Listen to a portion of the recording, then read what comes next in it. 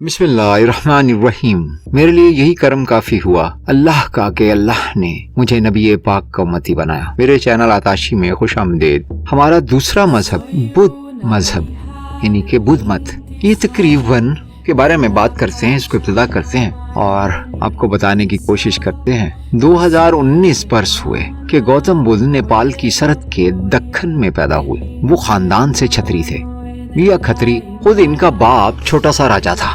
बुद्ध का असली नाम सिद्धार्थ था। वो लमिनी के हरे भरे मैदान में जो इनकी पैदाइश की जगह थी, एक रोज सवारी पर जा रहे। उन्होंने एक बूढ़े को देखा जो बहुत कमजोर हो गया था, फिर एक बीमार को देखा, इसके बाद एक जनाजा देखा, सबसे आखिर में एक भिखारी इनके सामने आ गया।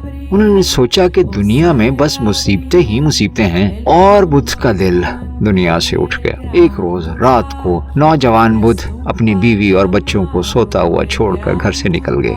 जंगलों और पहाड़ों की खाक छानी घूमते हुए दो सन्यासियों से मिले और इनके साथ ही ज्ञान ध्यान में लग गए। कुछ दिन बाद उन्हें मालूम हुआ कि सन्यासी जिंदगी का भेद नहीं जानते, इनसे कुछ नहीं मिलेगा। बुद्ध ने इनका साथ छोड़ दिया। फिर वो 5 और योगियों से मिले और इनके साथ बड़ी मेहनत मुशक्कत की। इतने रोजे रखे कि पेट और कमर में फर्क नहीं रहा।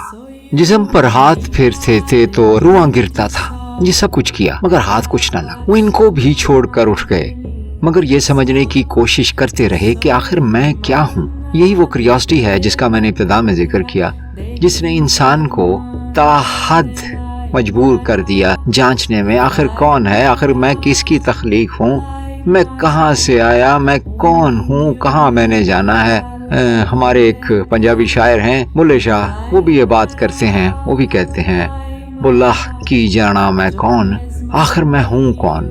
जब बुद्ध एक जगह पहुंचे जहाँ बरगद का एक बहुत बड़ा सायादार दरख्त था, यहाँ की तन्हाई इनको बहुत पसंद आई। इस दरख्त के नीचे बैठकर वो ध्यान और फिक्र में लग गए। इसी मुकाम को बुद्ध गया कहते हैं। वो बैठे रहे और सोचते रहे यहाँ तक कि इनको वो चीज मिल गई जिसको वो इल्म, नरवान, रोशनी कहते हैं। बुद्ध ने कहा, जब मैं पाक नियत, मेहनत और पक्के इरादे से वहाँ बैठा तो जहालत मिट गई, इल्म उभर आया, अंधेरा मिट गया और रोशनी जाहिर हुई। इसके बाद बुद्ध ने लोगों को नसीहत करने के लिए घूमना शुरू किया।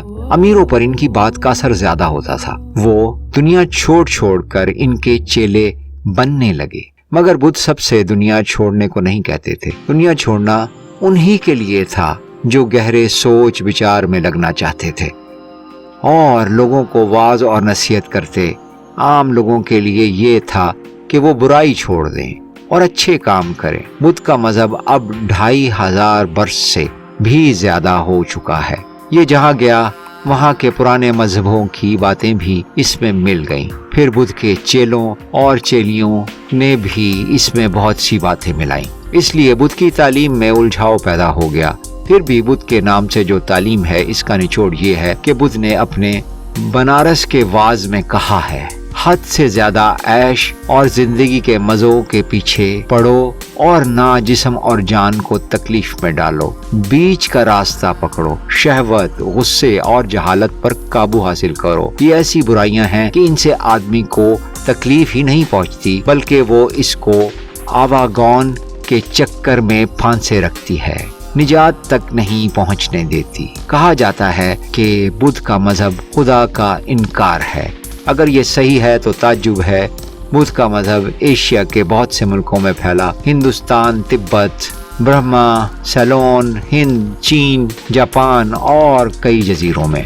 लेकिन बुद्ध खुदा को नहीं मानता। वो कहता है there is no divine power, कोई डिवाइन ताकत नहीं है, सिर्फ हम हैं और हमारी सोच है। हम जो सोचते हैं वही कुछ होता है।